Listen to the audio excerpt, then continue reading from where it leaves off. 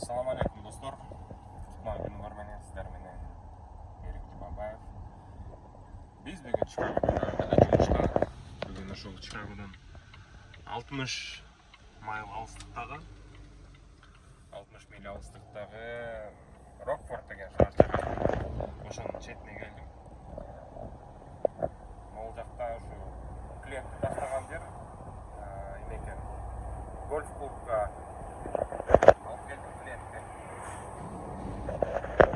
Туура 1 саатта келип жеттик.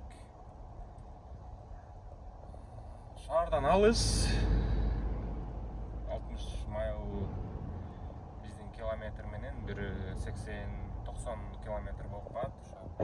Чикагодон 90 километр алыстыкта. Жолу жаңы асфальтталган метр экен. Сонун жер экен.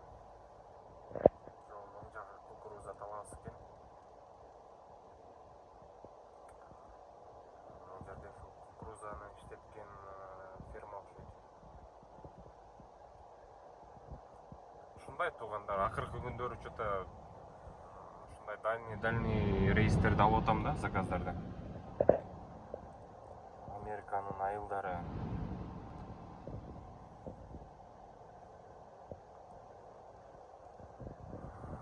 Жол мелтирип, мага жакты.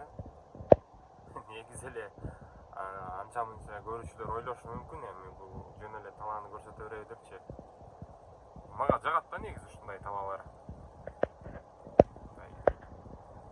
Шаардын баягы эмесинен тажап калганбызбы? Шаардагы тыгын, пробка деген нерседен. Мындай жерлерде пробка деле жок. Кийинен улам монтип жамгыр жаап, салкындатып кетет. Биягымды карасам деле тала, биягымды карасам деле тала. Могул жерде эме болгон окшойт. Күрүч тала, уже күрүчүн чаап жыйнап кетиптир.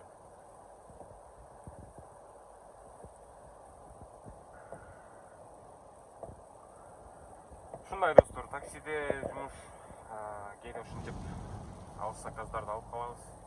А так көп учурда эле шаардын ичинде эле, шаардын дегерегинде ошол жактарда эле иштейбиз. Каналга подписка кылганды унутпаңыздар достор. Лайктан басып, ойлоруңуздар болсо комментарийге жаза кетиңиздер.